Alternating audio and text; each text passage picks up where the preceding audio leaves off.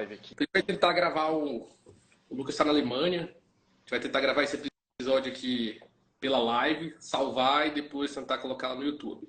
Vamos ver como é que vai ser a experiência aí. Se alguém entrar no meio do caminho, for fazer pergunta e tal, a gente deixa pro final, a gente acaba comentando o que tá rolando. Então, sejam bem-vindos aí ao episódio número 7 do podcast Dev de Sucesso. Podcast que vai te mostrar como conseguir a sua tão sonhada vaga em dólar, ou, no caso do Lucas, em euro.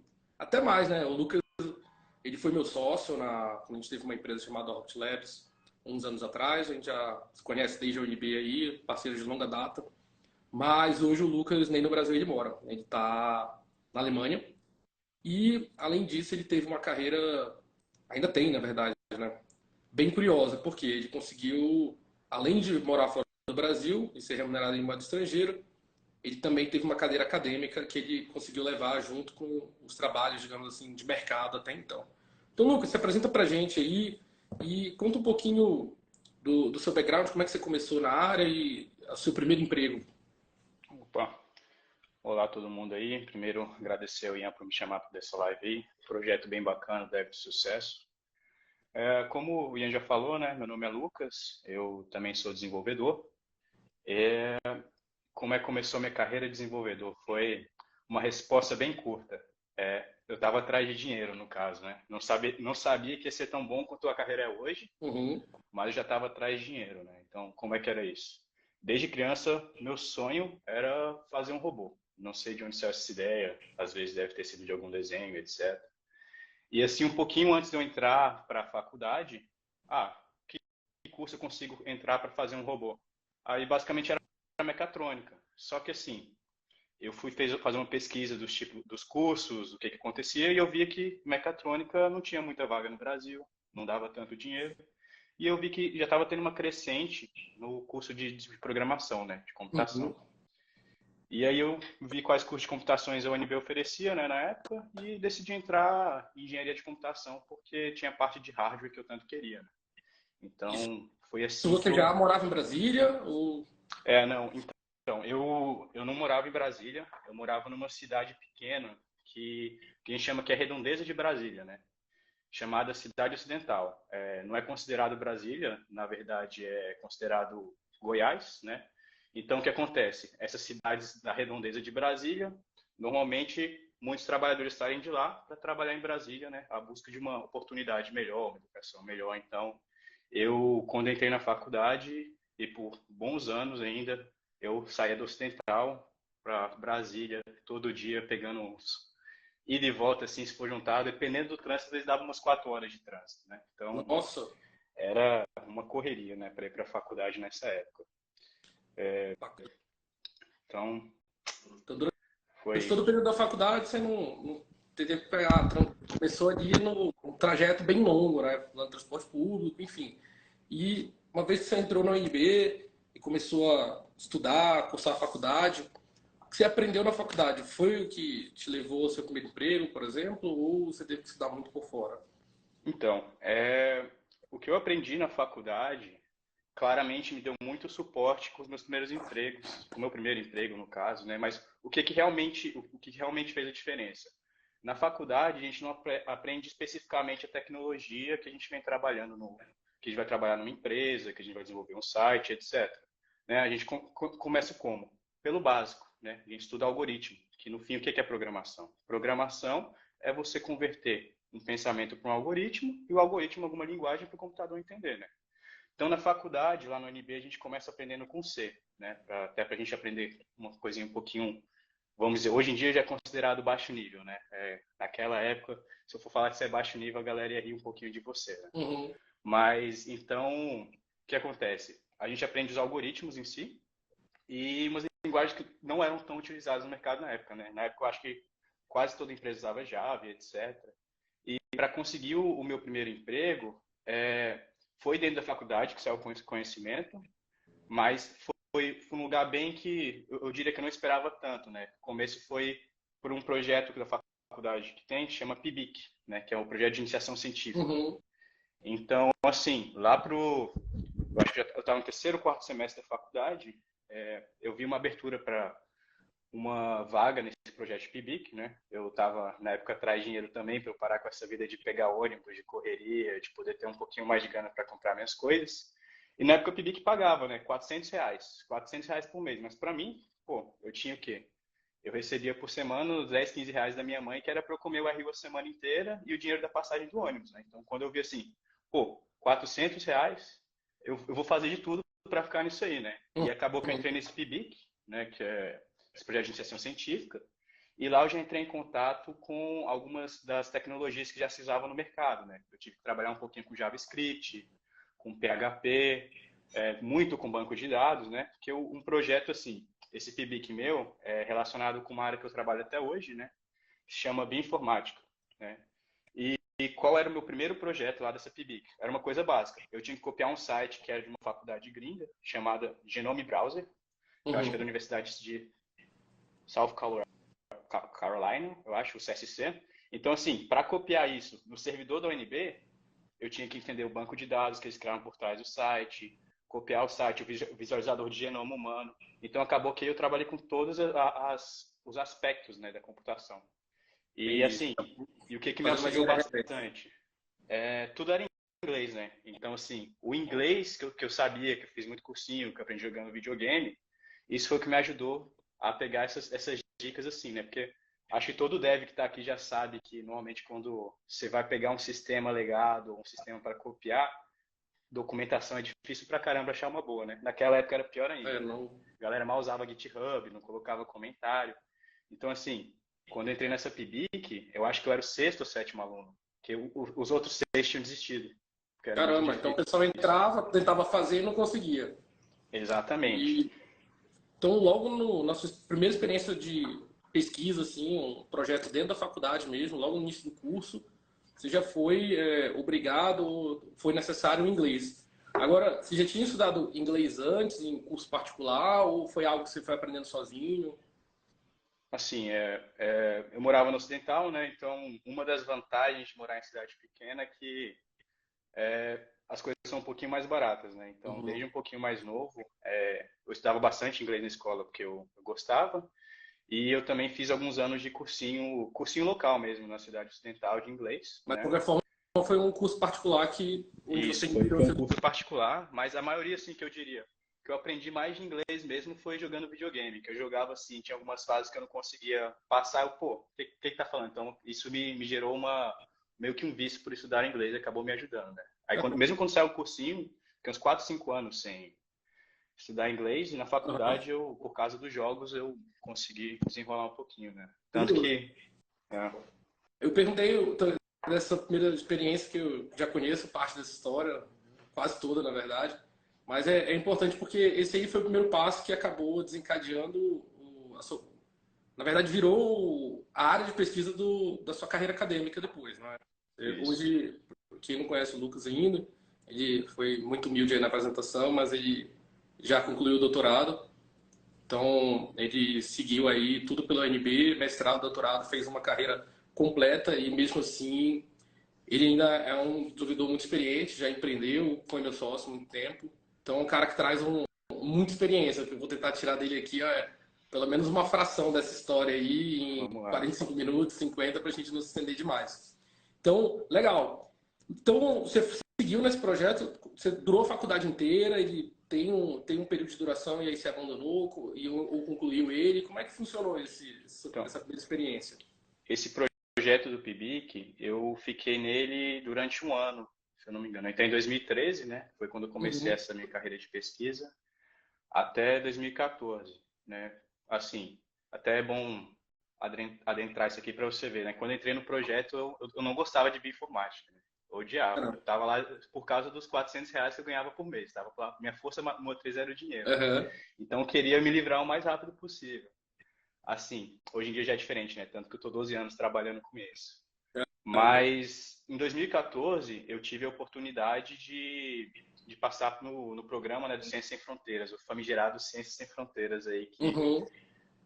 você e vários amigos nossos conseguiram ir, né? Então, em 2014 eu fui para o Canadá pelo Ciências Sem Fronteiras, né? E aí eu interrompi esse projeto porque eu fui para o Canadá. No Canadá eu não estava mais fazendo essa parte do PIBIC, né? Eu ainda tinha um contato com a professora e com o grupo de pesquisa, mas em suma eu fiquei pausado esse ano. Então, você fez um ano de intercâmbio aí durante a faculdade no Canadá, né? Isso. E aí, Eu fui lá para... o quanto que você já sabia de inglês e para essa experiência, digamos assim, de aprimoramento? Cara, eu achava que eu sabia muito, né? Mas aí quando você mora a primeira vez num país como a língua nativa é o inglês, você vê que ainda tem muita coisa que você não sabe, né? Uhum. Então, assim, eu conseguia entender ou falar, mas quando eu falava um pouquinho mais rápido e tudo, acabava que era um pouquinho difícil de entender, né? Mas com o bom que em pouco tempo eu entendi que, assim, o que importa é você tentar. Você está falando errado, você não está entendendo direitinho, finge que tá. Like, fake until you make it, you know? Então você vai, tenta, fala, porque uma coisa você tem que aprender cedo. Se a pessoa quer te entender, ela vai tentar te entender. Então não precisa ficar com medinho, pô, meu inglês está errado, não sei a frase, a concordância perfeita disso, disso, disso. Eu não sei nem de português, né? Quem diria inglês. Uhum. Então, o importante é você tentar, né? Então, eu apanhei bastante nesse começo lá, né? Mas eu consegui desenrolar. Então, foi bem Curioso. legal.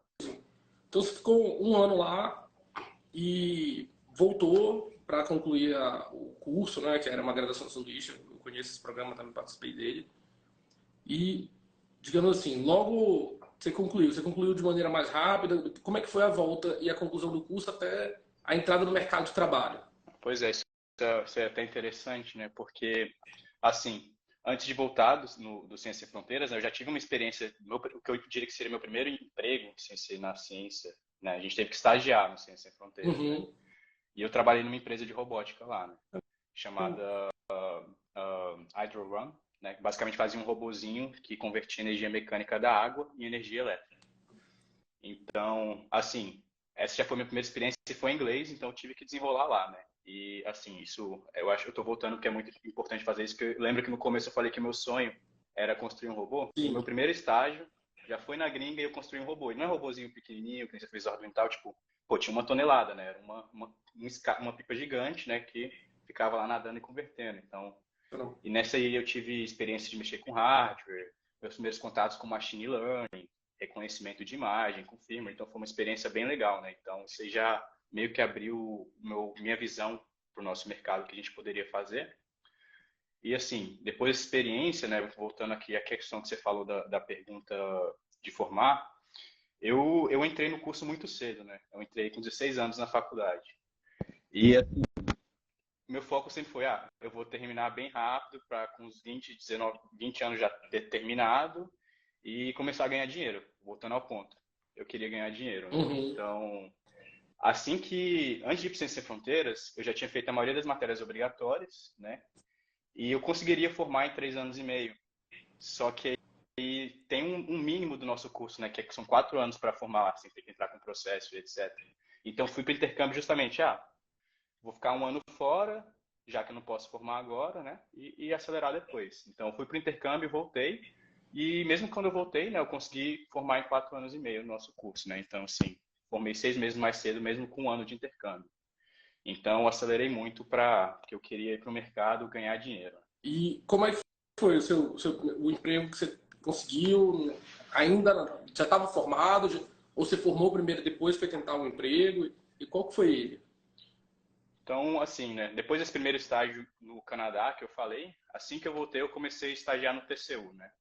Que é o Tribunal de Contas da União, né, o serviço público, né, aqui para a maioria acho que é de Brasília, né, muito comum os devs, ainda mais em Bélgica, você estagiou lá, alguns amigos, a gente estagia no serviço público, né, eu estagiei Uhum. lá, tive experiência com várias tecnologias também, e eu terminei o curso, eu estava estagiando lá, né, então, assim que eu terminei o curso, eu procurando algum emprego, tinha uma startup de um amigo nosso, né, chamado Acunso, né, eu acabei entrando nela assim que eu formei, né, Hum. só que assim que eu formei, eu também já entrei no mestrado, né, então já estava fazendo um mestrado, em Como é que foi paralelo essa decisão procurando. de fazer continuar no mestrado? Porque dizem que a carreira acadêmica ela conflita um pouco com conseguir o primeiro emprego e seguir uma parte mais profissional. Como é que foi essa ideia ou esse planejamento? Qual que era a estratégia? Uhum. Então, exatamente uma das estratégias que me fez fazer o mestrado foi aquilo de você, normalmente, quando você está para terminar, se você não está numa empresa, você tem aquele pequeno limbo, o que que eu faço agora? Eu continuo a carreira acadêmica, eu procuro emprego. Eu decidi fazer os dois, porque eu tenho um objetivo e eu vou chegar lá, que é ganhar dinheiro no mercado ou na academia. E assim, entrar no mestrado foi uma também das estratégias para fazer eu terminar o meu curso mais cedo, né? Porque, como eu falei, já tinha feito o PIBIC, e assim quando eu retornei, eu tinha que escolher a supervisora para terminar o curso. E eu falei com minha professora que tinha me orientado, né? Ela falou: Ó, eu consigo acelerar aqui as coisas para você se você continuar no mestrado para mim, que ela gostou do meu trabalho. Só Hum, que aquele lance, eu não gostava muito de bioinformática antes de viajar para o Canadá, né? Aí eu fiquei meio assim. Só que no Canadá eu comecei a entrar em contato com machine learning, né? Na época assim não era tão famosinho que nem agora com chat GPT e etc. sim. E eu vi a possibilidade de aplicar machine learning na bioinformática, né? Então eu achei interessante. Então eu falei, enquanto eu vou achando o emprego que eu quero, eu vou fazendo isso aqui na área de pesquisa, que eu acho que vai dar um boom, tanto bioinformática quanto machine learning, né? Isso a gente está falando o quê? De 8 anos atrás, oito, É, sete anos bem atrás. incipiente, não se falava nem tanto. Exatamente. Exatamente. E aí foi assim que, todo mundo fala, não, vai ganhar dinheiro, você consegue trabalhar em empresa. Eu sei que eu consigo, mas ao mesmo tempo eu quero me qualificar ao máximo para eu poder decidir a empresa que eu quiser, aonde eu quiser, né? Então essa que foi meio que a minha base de decisão para continuar no mestrado e também continuar na parte privada, né? Não é uma coisa fácil. É, Muitas das isso que eu ia pessoas, perguntar, como é que foi essa jornada aí de 2 anos, né, em médio mestrado dura? Foi na UNB o mestrado, então como é que foi conciliar essa carga horária? Você tinha que fazer alguma coisa, tinha que não dormir, digamos assim? cara, então é aquilo que a gente brinca um pouquinho, né? A vida é um triângulo, né? Você pode trabalhar, ganhar dinheiro e dormir. É um triângulo, você tem que escolher dois, né? Vida social, Eu escolhi não dormir dormir, né? e estudar. Exatamente. Então, basicamente, e mais o que digo mais, né? O meu primeiro emprego foi onde eu te falei, mas eu fiz uma rotação muito grande de empresas, eu trabalhei em muitas empresas. E mesmo durante o doutorado, teve pontos que eu estava trabalhando em duas empresas, fazendo freelancer e fazendo meu mestrado ao mesmo tempo, né? Então, Caramba, é uma coisa meio que eu realmente abdiquei de alguns anos da minha vida, de curtir, de dormir, porque eu tinha um objetivo.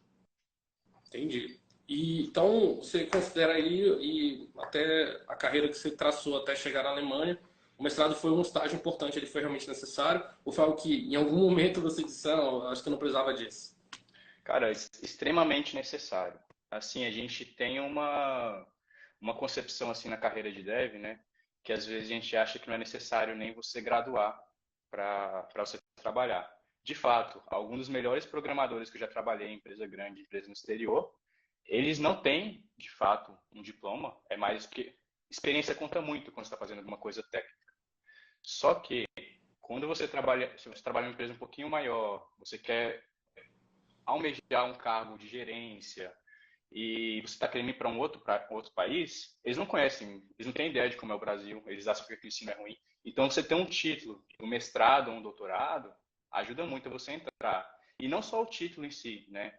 Porque quando você entra no mestrado, doutorado, você faz na faculdade, é meio que, não é equivalente, é claro, do que você teria fazendo um projeto, mas você é tipo uma prova de fogo, falando, ó, esse cara tem um mestrado, doutorado numa faculdade boa, é porque ele consegue desenrolar, entendeu? Porque normalmente a faculdade é como? Te dá um tema e você tem que fazer um projeto, colocar objetivos, chegar lá e fazer desenrolar sem nenhum auxílio, né? Você tem um auxílio, claro, mas então você consegue desenrolar com poucos recursos, né? Então te dá uma sagacidade um pouco maior. Então eu diria que o mestrado e o doutorado foi eu não estaria onde eu estou hoje se não fosse o mestrado e o doutorado ou mesmo o curso, né, da UNB. Quando, eu sei que você passou por muitas empresas, né, trabalhando aí no mestrado, e você chegou até a ser meu sócio ali no finalzinho dessa jornada aí do mestrado. Como é que foi a decisão de empreender, já que você já estava trabalhando em outras empresas, já estava ganhando dinheiro? O que te motivou a, digamos assim, fazer esse caminho diferente?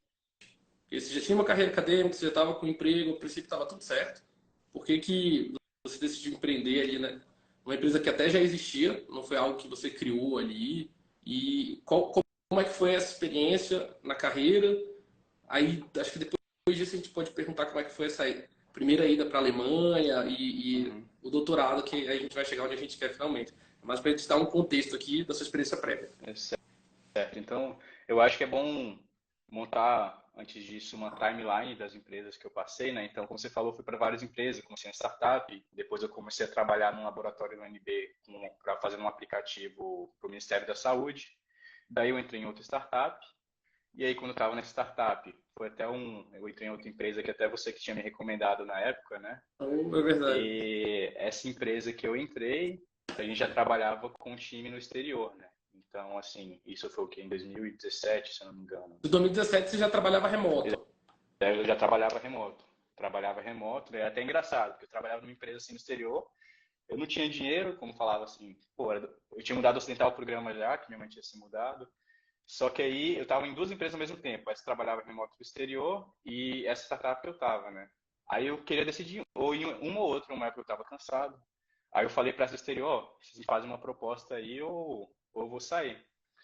Aí na época eu trabalhava meio período remoto, né? Aí o que Uhum. aconteceu? Aí eu dei pra eles um período de 2 dias para me dar a proposta, né? Aí no outro dia o cara ligou, ó, como você me deu um período muito pequeno, o que eu posso fazer para você é 8, né? Aí eu fiquei olhando assim, você vai dobrar para 8 horas a minha jornada, né, e tal, e tal. Ele, não, 8.000. Então, assim, para uma pessoa que no começo ganhava R$ 400, eu recém-formado, já comecei a trabalhar remoto para uma empresa do exterior, ganhando um valor Você desses, tinha quantos não anos? passava nem na minha cabeça na época, né? Estava com Oi? quantos anos quando você recebeu essa primeira Nessa proposta? época, eu formei com 21, acho que essa época eu estava com 22. Então, Então, 22 anos, 8.000 ali já foi o primeiro, digamos assim, a primeira oferta alta que te fez ficar só em uma empresa. isso, exatamente. E aí você seguiu Então, nesse trabalho remoto com esse time que tinha vários projetos. E por quanto tempo e por que ou quando você decidiu empreender logo em seguida? uhum. Eu fiquei nessa empresa, acho que um ano e 3 meses, né? Então eu aprendi muito, a equipe muito boa, eu estou em contato com eles até hoje. Só que assim, falei que meu primeiro sonho era fazer um robô, né? No Uhum. primeiro estágio eu consegui fazer.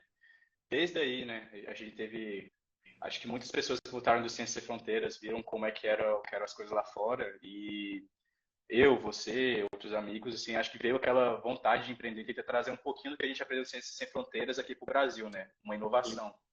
Então, desde que eu voltei do Ciência Sem Fronteiras, eu estava na minha mente, pô, quero inovar, fazer alguma coisa, contribuir aqui para o Brasil, etc. Eu quero fazer uma empresa, né? Aí teve aquela matéria de AE, né, Introdução à Atividade Empresarial, e eu, vou começar a brincar aqui, né? Como sempre, na época, todo mundo queria fazer um app para virar o Instagram e virar bilionário, Uhum. né? Então, eu também sempre tive ideia de fazer uma empresinha com app, até achei que consegui fazer uns fundos para minha primeira ideia, só que eu acabei deixando quieto porque eu comecei a ganhar um dinheiro legal, né? Só que aí, minha força motriz sempre foi o dinheiro, né? Mas assim, depois que você tem um pouquinho, você começa a relaxar um pouquinho mais, né? Mas para mim, eu preciso de uma força motriz. E essa minha nova força motriz era, pô, agora eu quero empreender, eu quero fazer uma nova ideia. E casou de quando eu já estava com uma experiência boa nessa empresa trabalhando remoto, inglês, exterior, ganhando bem. Você estava com a empresa, né, a finada Orbit Labs, e você estava num processo de expansão, né? E eu acho que saiu até de uma conversa de bar assim, e chegou a proposta que você me convidou para a gente trocar a tecnologia da Orbit, né? Que na época eu trabalhava há alguns anos com React e estava começando a ficar moda, não era que nem hoje que tudo usa React, né? Então você me É fez esse verdade. convite e eu já estava querendo muito isso, então eu decidi falando, vou segurar um tempinho aqui, eu consegui fazer um caixa legal de dinheiro e vamos empreender. Entendeu? Então essa foi Era mais a decisão, o assim, né? propósito, né? O dinheiro ficou em segundo lugar. Aí a gente Exato. passou que 2, 3 anos aí empreendendo. De fato, veio a pandemia. Aí você terminou o mestrado, né? Nesse período aí, enquanto você Isso. estava empreendendo. E veio o convite. Aí, você terminou o mestrado e falou: não, agora tá bom. Da onde veio a motivação para. Você tinha uma empresa, sócio de uma empresa, estava tocando ali como. Você assumiu como CTO, diretor de tecnologia, quase, digamos assim, no mínimo um principal engineering, né? O responsável ali Uhum. por toda a parte técnica. E tinha 10 funcionários ali para olhar e coordenar. Como é que foi isso? Da onde partiu a motivação de, não, ainda tem um doutorado para eu fazer?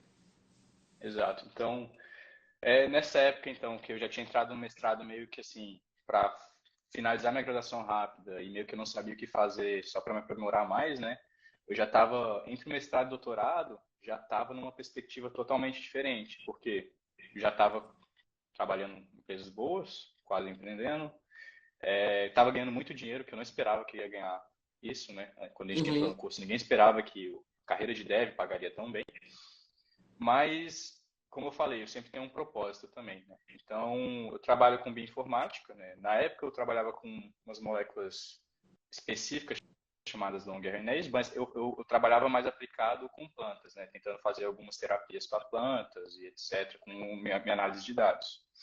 Só que aí no mestrado, antes de eu ir para o doutorado, né, aconteceu uma fatalidade, né? Um primo meu, ele veio falecendo de câncer. E eu recebi uma proposta da minha orientadora, né, para entrar no doutorado, trabalhando num projeto que usaria machine learning e bioinformática para trabalhar com câncer, né?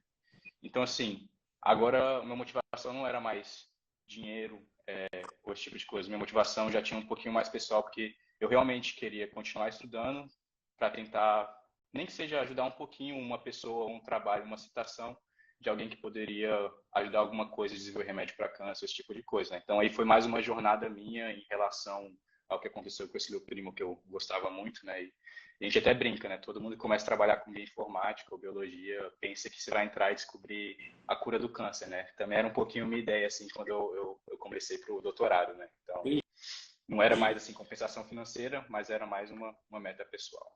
agora, muita gente acaba pedindo licença ou até saindo dos empregos para focar só no doutorado ali, que é basicamente se torna o emprego full time. Como é que foi fazer essa jornada dupla? É, Você fazia alguma coisa diferente, alguma técnica, ou a experiência que você trouxe do mestrado conseguiu levar os dois? Então, assim, né? Isso até é interessante falar, né? Porque no mestrado, como eu falei, cheguei a trabalhar em 3 empregos ao mesmo tempo e fazer o mestrado. Então, você tem ideia de quando você entrar no doutorado, vai ser também tranquilo, né? Já que você é aguentado mais.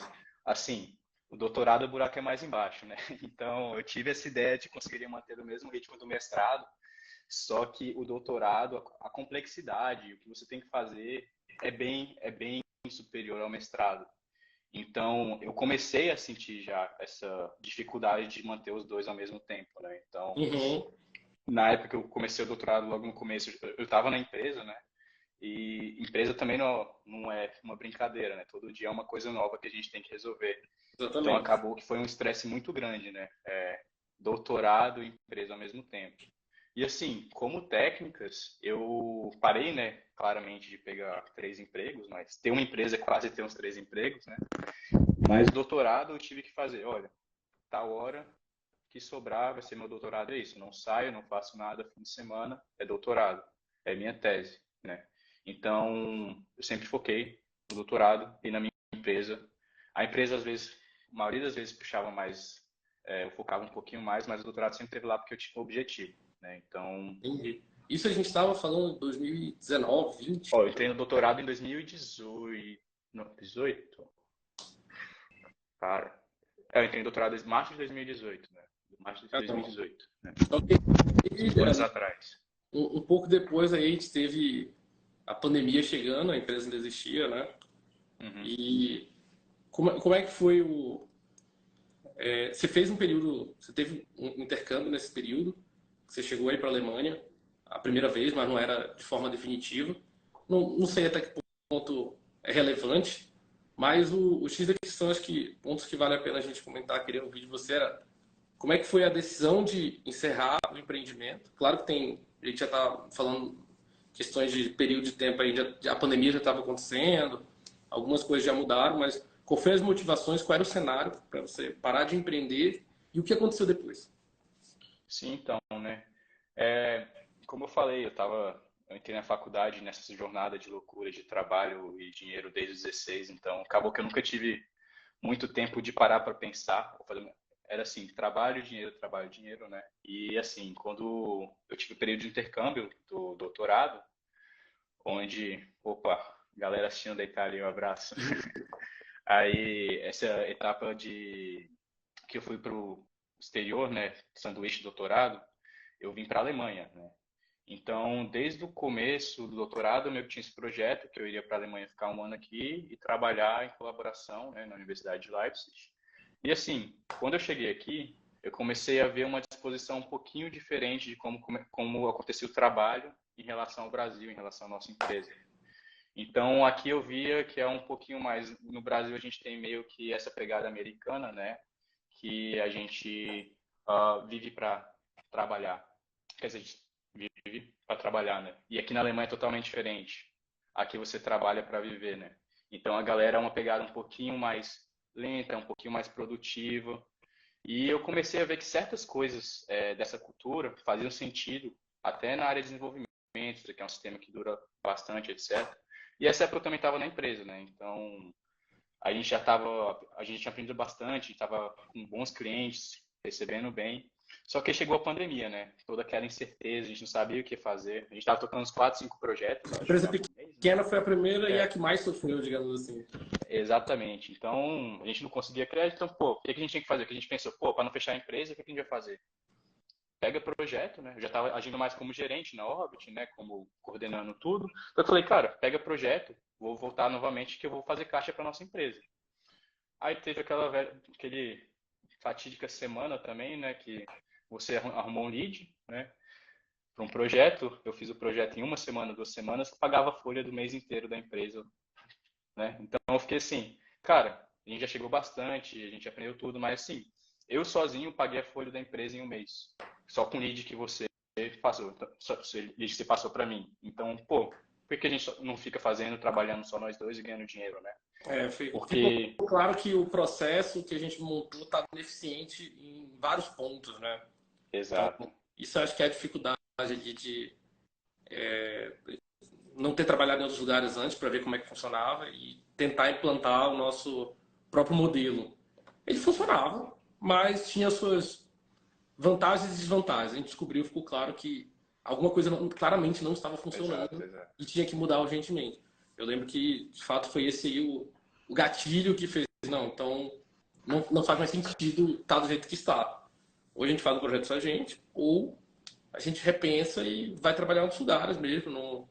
Lembro que foi uma longa discussão, e isso durou uns vários meses Exato, até foi. concretizar esse encerramento. E eu segui outro caminho, naturalmente, que lá no episódio 1 eu conto, quem ainda não viu, ou tá aqui de paraquedas, mas hoje o foco é você. O que você fez depois disso? E qual foi o Cara, sentimento de encerrar o sonho dele? Você sentiu que você falhou? Sentiu que foi uma página, um capítulo que se concluiu? E o que veio depois? O doutorado estava acontecendo nesse meio tempo, né? uhum. Então, como eu falei, minha força motriz, depois do robô, do dinheiro, começou a se empreender, né? Então, Uhum. quando a gente decidiu realmente fechar a empresa, foi uma decisão bem complexa, né? Até porque eu falei não estava fazendo por dinheiro também, embora seja legal. Então eu fiquei um pouquinho perdido, eu confesso, né? Até hoje eu tento assim, pô, devo voltar a empreender ou não? Acho que você não tem mais essa dúvida, Eu né? não. Mas eu ainda tenho um pouquinho. Então, quando a gente terminou a empresa, eu quero voltar ao mercado e ao mesmo tempo continuar com a minha pesquisa, né? Porque tudo que eu aprendi aqui, eu vi o nível de pesquisa da Alemanha quando eu fiz a diferença que tinha para do Brasil, e eu falei, Uhum. cara, eu tenho muito mais room para crescer, né? Porque no Brasil eu me achava, pô, eu era dono da empresa, eu era um dos 10 mais experientes, estava fazendo doutorado, pouca pessoa fazia doutorado, então eu me achava o cara mais foda, né? Uhum. Então, quando você veio aqui, eu vim aqui para a Alemanha, fui apresentar o trabalho, vi a galera apresentando, pancada. Aí, pô, eu tenho muito a crescer ainda, eu não sou esse cara tão foda que eu acho. Então, ao mesmo tempo eu queria me requalificar novamente, e eu queria aprender o que eu aprendi na empresa, né? Que, assim, eu sempre fui muito bom tecnicamente, mas eu diria que o que mais me ajudou, assim, nesse período que a gente aprendeu foram as soft skills, né? De falar com as pessoas, management, etc. Então, eu decidi voltar para o mercado também. Eu consegui um cargo de tech lead na Oi, né? Então, assim que a gente fechou a empresa, eu montei um timezinho na Oi. Eu era responsável pelo time web e mobile, pela algumas partes, inclusive as de compra da Oi, numa reestruturação que a empresa estava fazendo. Então, eu brinquei de. eu queria também saber que eu só tinha trabalhado em startup, né? Até antes da gente montar a nossa empresa, eu queria ter essa experiência de como era a empresa grande, Uhum. como era o processo de empresa grande, né? Então foi uma experiência legal também, mas ao mesmo tempo, depois do intercâmbio da Alemanha, eu voltei para cá com essa vontade de voltar a morar na Alemanha, né? Como é que foi? Eu tinha essa ideia, Isso a gente está falando de 2020 já, né? Antes. eu voltei em outubro de 2020, né? Eu fui para a Alemanha em 2019, no finalzinho, voltei fim de outubro de 2020. Então você já E Corona voltou tava para para. pipocar aqui, né? Já tinha pipocado na Europa, Você aí estava com a tava. ideia de voltar. Como é que foi aplicar para uma vaga, buscar uma vaga? Porque para te levar, você queria mudar de fato de país, Isso. então tem que ter o que eles chamam de sponsorship, relocation, né? Uhum. E como é que foi essa busca pela vaga e o processo seletivo? Então, aí que já começava a mostrar um pouquinho, né, a diferença de você ter um título, um mestrado e estar fazendo um doutorado. Então, para quando você, para a empresa compensar, para compensar que a empresa pague, custeie a mudança e o visto, ela tem que dar várias comprovações para a nação que, ó, eu vou contratar ele porque ele é qualificado nisso, nisso e nisso, e eu não consegui trazer alguém daqui por causa disso. Uhum. Então, esses títulos já me ajudou para aplicar para as vagas, né? Sim, de mudança. Tanto na Europa, isso ajuda muito. E aí o que aconteceu? Os processos seletivos aqui da Europa, dos Estados Unidos, eles são um pouquinho mais complexos do que os do Brasil. Então, o que acontece? No momento que eu decidi que eu quero aplicar para cá, eu tive que ter um treinamento para aplicar para esses processos. Como é que são basicamente os processos aqui? Primeiro, você tem uma entrevista com o RH, beleza? Você passou com o RH, aí você vai ter uma entrevista com alguém técnico, um programador, alguma coisa. E aí o que ele vai fazer? Vai te passar um exercíciozinho de casa.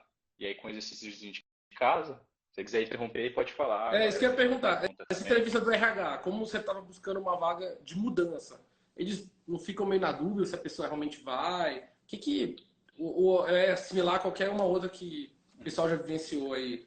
Cara, acho que eu diria assim que uma das maiores dúvidas que a galera de RH tem quando eles estão entrevistando alguém de mudança é se eu gostar desse cara, ele for bom tecnicamente, e eu trazer ele para a empresa, ele realmente vai ficar aqui, entendeu?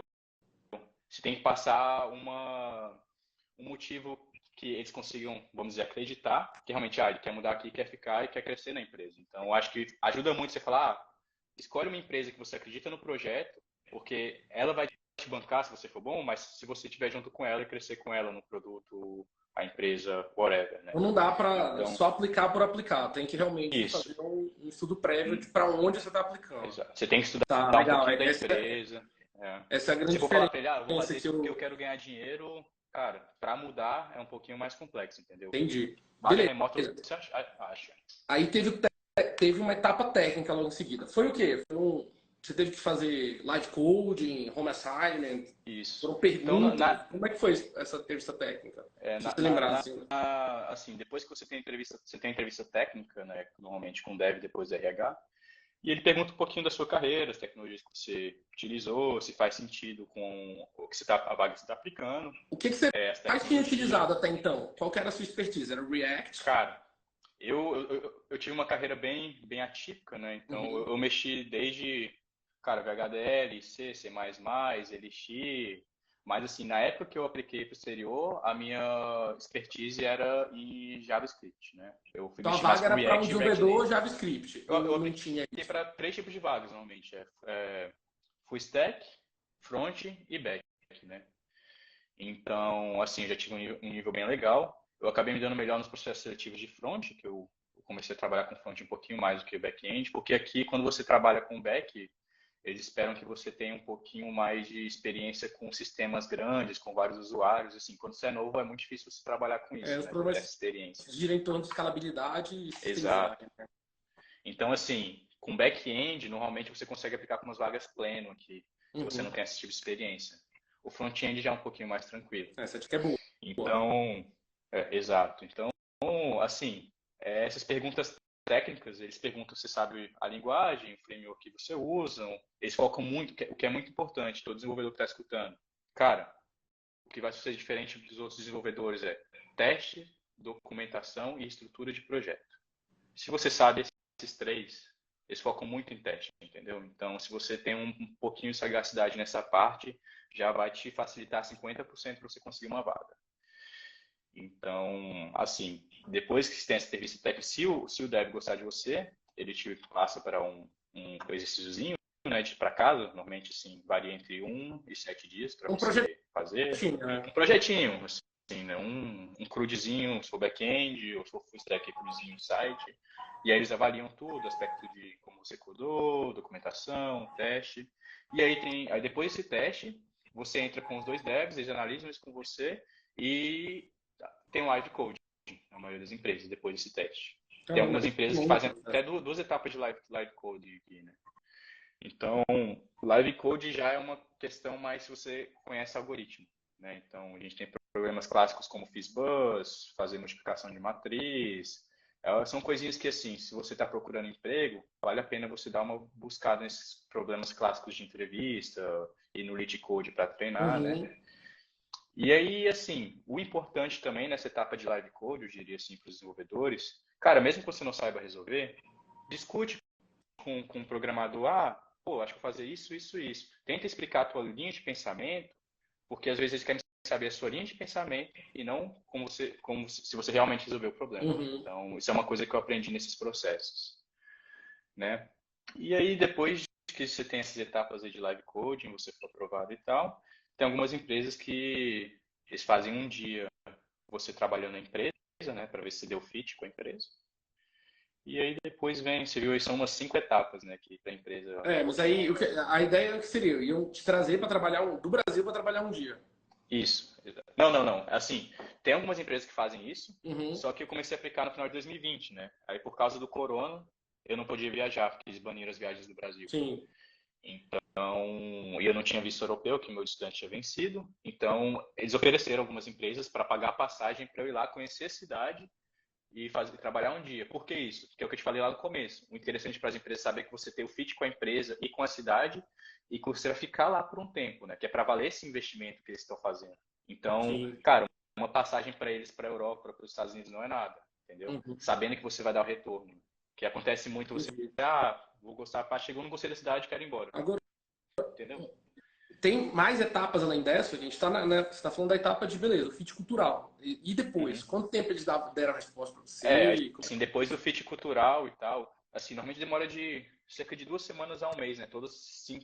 Esses 5 etapas, assim, né? Que é Uhum. RH, conversa com o técnico, live coding, exercício, às vezes você fala com o técnico gerente e o fit cultural. Aí você passar de todos esses, na maioria das empresas, eles vão te vir com uma proposta, né?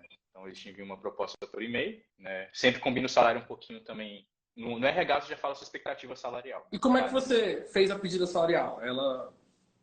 Cara, Como é que você chegou num pedida valor? Você sabia quanto custava o custo de vida, alguma coisa assim? assim, você pesquisa um pouquinho, né, do custo de vida da cidade, você tem alguns sites que você encontra fácil no Google, né, como custo de cidade tal, tal, tal, de quanto você precisa. Uma ferramenta muito boa para utilizar o Glassdoor, né? O Glassdoor, assim, você consegue ver a empresa qual o salário médio, né, que o desenvolvedor lá que você está aplicando ganha. Sim. E assim, você vê o salário médio e você pede alguma coisa baseada ali, né? Um salário médio para cima, né? De acordo com Mas, suas por exemplo, habilidades. aqui a gente conversou muito com o pessoal do dólar e todo mundo tem quase uma meta assim de chegar nos 100 mil dólares ano. Como estão os salários na Europa? Eles são maiores, menores? Eles se Cara, equiparam ao dólar de alguma forma? assim, os salários na Europa são, em suma, bem menores, né? São bem menores. Porque aqui a pegada é, como eu já falei nesse negócio de você trabalha para ver, a pegada é um pouquinho mais diferente dos Estados Unidos. Então aqui eles estão focando meio que a sociedade em geral, eles ganham mais ou menos a mesma coisa, né? Então Uhum. assim, pô, você pode ser um biólogo, professor, programador, assim, eles querem pagar o suficiente para você viver bem, não importa a tua profissão. Claramente, como a demanda para dev é maior, é mais escassa, né? A gente ganha um salário bom para os padrões aqui. Mas se você for comparar com a diferença dos Estados Unidos, os Estados Acaba Unidos sendo é menor bem no valor superior. global, né? Exato. Agora, Assim, o euro era bem mais, tinha um valor um pouquinho mais, agora está bem mais próximo, né? Mas assim, eu diria que a diferença mesmo daqui é que você tem o seguro saúde, segurança, etc, blá, blá, blá, blá, blá. Mas se for falar só do salário, vai para os Estados Unidos. entendi. Isso é curioso, importante. você tinha já o objetivo de se mudar para a Alemanha, de fato. Agora, uma coisa que acho que não comentou, a gente acabou pulando, onde você encontrou essas vagas? Por onde você aplicava? Cara, então assim, né? Quando eu voltei, eu tinha essa vontade de voltar para a Alemanha, mas eu já estava trabalhando de tech lead aqui em empresa grande, então meio que esqueci. Uhum, Só que aí um dia, estava no meu grupo de pesquisa, né? Aqui no WhatsApp, aí eles mandaram uma vaga de emprego de uma empresa da nossa área de bioinformática, que diria que é a melhor da Europa, né? Que chama EMBL, que é o Laboratório Europeu de Biologia Molecular, né? uhum. E aí eu vi essa vaga, eu acho que eu preencho os requisitos aqui, né? Só que assim, cara, trabalhar na EMBL, ainda mais quem é do Brasil, é bem complicado, porque normalmente a galera tem que ser muito bom de pesquisa, já tem que ter doutorado completo, né? Porque ele tá fazendo doutorado, né? Uhum. Mas falei, vou começar a aplicar. Aí eu apliquei para essa vaga, que me mandaram no WhatsApp. Mas mesmo Aí comecei. nesse laboratório, você aplicou uma vaga de desenvolvimento. Isso, isso, como staff, não como cientista, né? Até Aham. porque a gente volta àquela questão assim de pesquisa e de desenvolvimento. Cara, o desenvolvedor hoje em dia ganha até mais do que um doutor, do que um pós-doutor. Então, pós-doutorado é um emprego que você tem depois que você tem o seu último título, que é o doutorado, né? Uhum. Mas assim, se você é um desenvolvedor sênior, a base salarial normalmente é bem maior do que você trabalhar como um pós-doutorado. Então, assim, eu apliquei para a vaga de desenvolvedor, porque eu gosto de pesquisa, mas eu gosto mais ainda de dinheiro, né? Cara, Então, então você conseguiu unir ali as duas áreas nessa oportunidade. isso. Muito Aí essa foi a curioso. primeira vaga que eu apliquei, né? Só que assim, Uhum. eu apliquei e eu não obtive resposta por um tempo.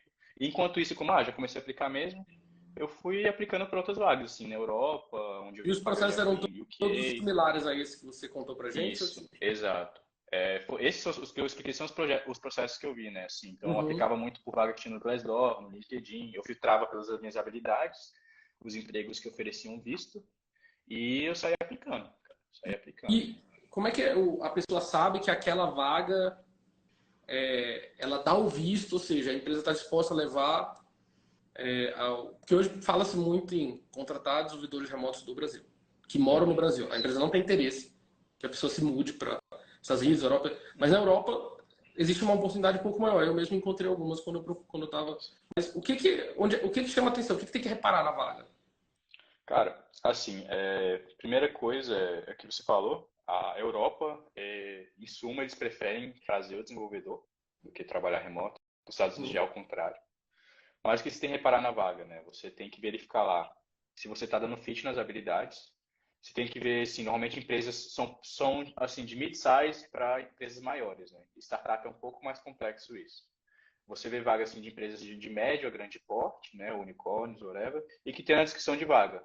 A nossa equipe é bem variada, é internacional, porque você já teve empresa assim como eu, a gente sabe que ter uma equipe diferente, né? Pessoas com diversos backgrounds ajuda assim, na performance do time, né? Então, essas empresas Sim. maiores normalmente têm essa visão.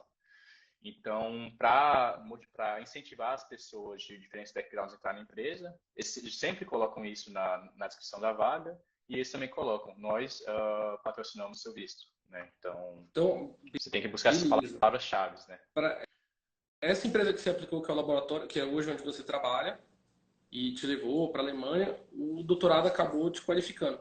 Mas e para outras empresas? Você só aplicou para empresas que, de certa forma, tinham relação com a sua área de pesquisa? Ou também aplicou para qualquer Essa, empresa na essa, essa Alemanha? foi, essa foi a única empresa que tinha relação com a minha área de pesquisa, né? A E outra eu as apliquei outras? como. A pergunta que eu quero fazer no final é como que elas faziam a leitura ou avaliavam o fato de você já ter um mestrado e estar cursando o doutorado? Aqui na Europa, a leitura de você ter um mestrado e doutorado é totalmente diferente do que a gente tem no Brasil, né? Na Europa e na Alemanha, né? Quer dizer, nos Estados Unidos. Porque no Brasil, normalmente, quando a galera faz doutorado, normalmente é uma pessoa que não tem muita experiência na indústria e focou só nisso. Então, se você coloca que tem um doutorado ou mestrado, eles vão achar que você não tem experiência, não importa o que você colocar lá. Aqui já é o contrário, né? Aqui já é mais comum a pessoa ter mestrado, porque o curso deles demora menos, o mestrado e graduação. Uhum. E eles procuram pessoas com doutorado, normalmente para vagas de management, né? De ser gerente, e no mínimo com mestrado nas vagas. Então, assim, e se eu não tivesse o mestrado ou o doutorado, talvez eu não conseguiria, mesmo que não seja relacionado com a área, eles sabem que isso ajuda você a trabalhar na empresa, porque aqui eles focam mais não na entrega rápida, que nem a gente fazia em startup, né? Eles trabalham numa entrega duradoura, né? Você tem performance boa e a sua entrega, ela é boa, você não vai ter que voltar lá atrás. Então, normalmente, quando você tem um mestrado, doutorado, você já tem essa visão, assim, você precisa de um projeto bom, né, que vai durar, que não conseguir falsear a tua hipótese. Então, isso aí é uma parada que faz diferença quando você está aplicando para outros lugares, né? Bacana. Então, E como é que foi receber a notícia que você tinha passado? Como é que foi cara, tratar? Teve muito tempo? foi Quem te ajudou? Você teve que fazer tudo sozinho, a parte de papelada? Como é que você aprendeu isso? eu, essa, como eu falei, foi a primeira que eu apliquei, né? Só que eu apliquei, acho que fim de dezembro. Aqui a galera entrou de férias, aqui a galera entrou de férias, acho que voltaram em janeiro, que eles foram contratar, fim de janeiro. Não. Nesse meio tempo, eu tinha um mês aplicando, assim, para vagas, acho que já tinha passado umas 4, 5 empresas aqui. E eu meio que já sabia quais eram os trâmites, né? Então, a parte da documentação, do visto, eu sabia que tinha que, por exemplo, a gente morava em Brasília, eu tenho que ir para o Rio de Janeiro para tirar um visto no Brasil, para depois viajar e renovar o visto aqui, porque o visto tinha no Brasil só 6 meses. Então, assim, essa etapa de burocracia, ela é bem complexa, né? Mas eu tinha alguns amigos que eu conheci, desenvolvedores, que me auxiliaram a tipo, saber como seria esse processo. E o próprio RH da empresa, eles dão muito suporte para você, né? Então, qualquer BO que você precisa, eles entram em contato e tal. Aqui na Alemanha é muita burocracia, mas mesmo assim eles te ajudam. Então, meio que você vai se situando conforme o processo vai acontecendo. E... Entendi. Então, teve o RH para te auxiliar nesse passo a passo e, claro, Exato. você já tinha algum conhecimento do que precisava fazer. Interessante. E agora, você já tem quanto tempo que você está morando aí? Eu já estou morando aqui um ano e meio quase. Eu morei um ano durante meu doutorado, voltei para o Brasil, fiquei um ano lá, né? Só que aí Aham. no Brasil eu já comecei a trabalhar remoto para cá. Por quê? Porque eles queriam me trazer, mas por causa do corona eu não conseguia viajar, né? Então até demorei um pouquinho para entrar na empresa, porque eu acho que foi um dos primeiros contratos remotos que eles fizeram, né? Que eles normalmente não trabalhavam com contrato remoto, essa empresa. Então, realmente, eles queriam te levar mesmo e você Isso. tinha... Empresa antiga, né? É uma instituição, né? Desde os anos 70, né? O maior laboratório aqui da Europa. E aí Caramba. eu fui trabalhando remoto nesse um ano, e aí quando deram lift nessas restrições aí do corona, né? Eu vim para cá morar. Tô trabalhando na empresa há uns 2 anos e pouquinho e morando aqui um ano e pouco. E agora que você está aí você falou, não, me atraiu o estilo de vida, as pessoas. Como é que você considera a sua rotina? Ela está melhor, mais tranquila com relação à era no Brasil? O que você vê de maior ganho por hoje estar na Alemanha e estar morando aí? Cara, o maior ganho, assim, eu diria, claramente é muito legal agora finalmente trabalhar em uma empresa onde eu consigo utilizar o que eu aprendi na minha pesquisa, né? São áreas bem similares, agora eu também trabalho com bioinformática, com biologia molecular. É uma área diferente da minha pesquisa, mas é próximo o suficiente. Então, isso foi uma realização pessoal de que, cara, toda essa trajetória de 12 anos de pesquisa realmente me fizeram chegar num lugar onde todo pesquisador quer chegar. E tá dando match com as experiências que eu também tive no mercado privado, né? Então, isso foi uma realização muito grande, né? E aqui é muito bom você ter sempre trabalhando com pessoas bem qualificadas. Pô, trabalha com uma galera que trabalha, formou em Harvard, pesquisadores tops do mundo, Caramba. já trabalharam com Nobel. Então, isso é legal você ver que, pô, uma realização, né? Eu vim lá, pô, dos 30, só queria ganhar R$ 400 e olha onde eu tô agora. Então, teve essa realização pessoal. E E você outra, aprendeu né? alemão? Você está estudando alemão? Como é que funciona? Como é o dia a dia aí? Aí isso é minha fraqueza, né? Porque já, se for juntar no aglomerado, já estou aqui há 2 anos, quase 3 anos, mas meu nível de alemão é muito Mas baixo. você não sabia Porque assim, alemão antes, você começou a aprender depois que você foi. exatamente, né? Eu não sabia alemão, eu Então, caí se a meio de pessoa quisesse mudar para a paraquedas. Alemanha, buscar uma vaga do Tem Relocation, ela não precisa do Cara, alemão. em suma, se você é nível sênior e você está aplicando para mid ou big size companies, você não precisa. Assim, meu doutorado eu fiz em inglês, a empresa aqui só fala inglês, mas assim, se você for aplicar em cidades um pouquinho menores, empresas pequenas, aí saber o alemão é um diferencial, Entendi. né?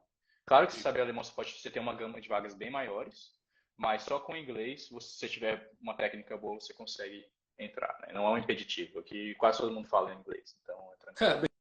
bem diferente, né? Que a gente está acostumado. Exato. Bacana. Cara, acho que show demais aí. Acho que deu pra gente tentar resumir aí um pouco dessa trajetória aí e esse jogo de cintura para conseguir levar o mestrado, o doutorado e ainda assim empreender, passar por diferentes empresas, aprender diferentes tecnologias.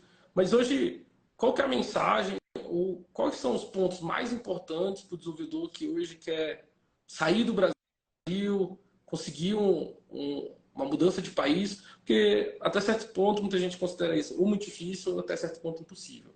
Eu não sei se é bem assim hoje na carreira de dev. Eu mesmo, quando estava procurando, acabei aplicando para Portugal, Alemanha, até segui bem em alguns processos, depois desisti por motivos pessoais.